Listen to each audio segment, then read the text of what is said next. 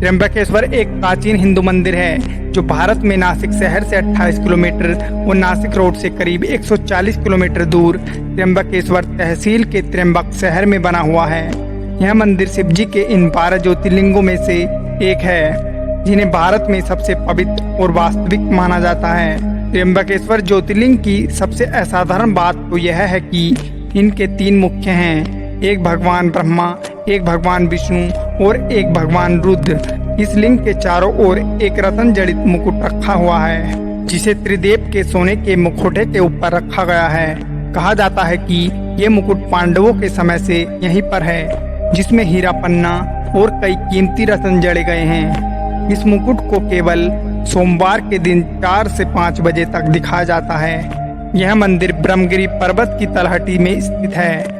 गोदावरी नदी के किनारे स्थित त्र्यंबकेश्वर मंदिर का निर्माण काले पत्थरों से किया गया है। मंदिर की वास्तुकला बहुत ही आकर्षक है। इस मंदिर की पंचकोशी में काल सर्प शांति, त्रिपिंडी विधि और नारायण नागवली की अधिक पूजा कराई जाती है, जिसका आयोजन भक्तगण अलग अलग मनोकामनाएं पूर्ण करने के लिए करवाते हैं। इस प्राचीन मंदिर का पुनर्निर्माण तीसरे पेशवा बालाजी अर्थात नाना साहेब पेशवा ने कराया था।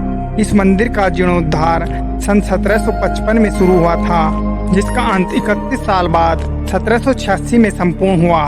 तथ्यों के मुताबिक इस भव्य प्राचीन मंदिर के निर्माण कार्य में लगभग 16 लाख रुपए खर्च किए गए थे, जिसे उस समय काफी बड़ी रकम माना जाता था। त्र्यंबकेश्वर मंदिर की भव्य इमारत सिंधु आर्य शैली का उत्कृष्ट नमूना है।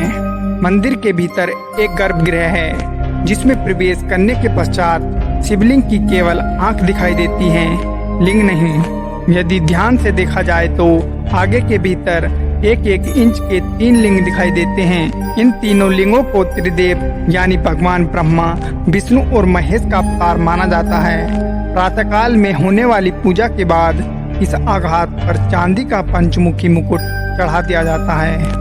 मंदिर परिसर में एक कुंड है, कुशाव्रत, जो गोदावरी नदी का स्रोत है। कहा जाता है कि ब्रह्मगिरी पर्वत से गोदावरी नदी बार बार लुप्त हो जाया करती थी। गोदावरी के पलायन को रोकने के लिए गौतम ऋषि ने कुशा की मदद लेकर गोदावरी को बंधन में बांध लिया था। उसके बाद से ही इस कुंड में हमेशा पानी रहता है। इस कुंड को भी कुशाव्रत तीर्थ के नाम से जाना जाता है। कुंभ स्नान के समय सहबखारे इसी कुंड में शाही स्नान करते हैं।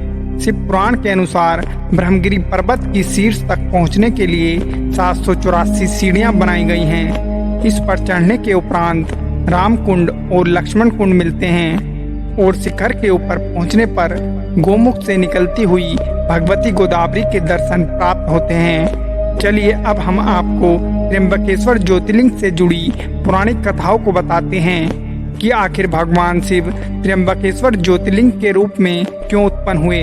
पुराणों के अनुसार एक बार महर्षि गौतम तपोवन में रहने वाले ब्राह्मणों की पत्नियां किसी बात पर उनकी पत्नी अहिल्या से नाराज हो जाती हैं। उन्होंने अपने पतियों को गौतम ऋषि का अपमान करने के लिए प्रेरित किया।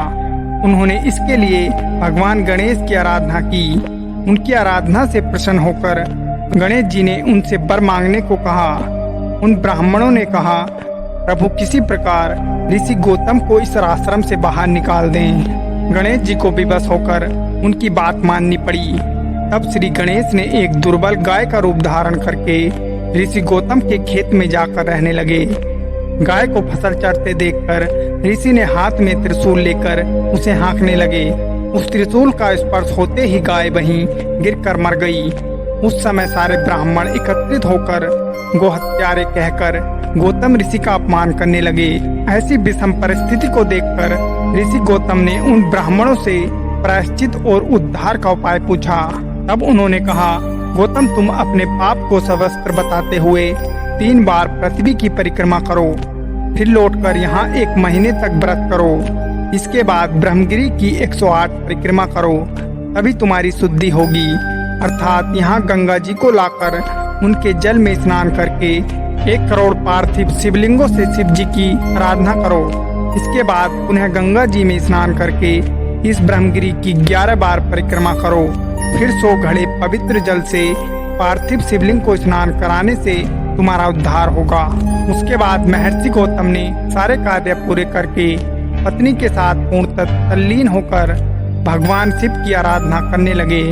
इससे प्रसन्न होकर भगवान शिव ने प्रकट होकर उनसे वर मांगने को कहा। महर्षि गौतम ने कहा, भगवान आप मुझे गोहत्या के पाप से मुक्त कर दें। भगवान शिव ने कहा, गौतम तुम सर्वथा निष्पाप हो।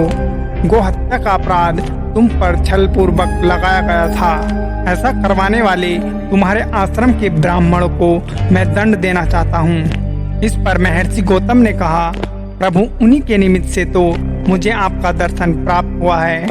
आप उन्हें मेरा परम हित समझकर उन पर आप क्रोध न करें। हम बहुत सारे ऋषि मुनियों और देवगणों ने वहां एकत्रित होकर गौतम की बात का अनुमोदन करते हुए भगवान शिव से सदा वहीं पर निवास करने की प्रार्थना की। फिर भगवान शिव ने उनकी बात मानकर वह त्र्यंबक ज्योतिर्लिंग के नाम से स्थित हो गए।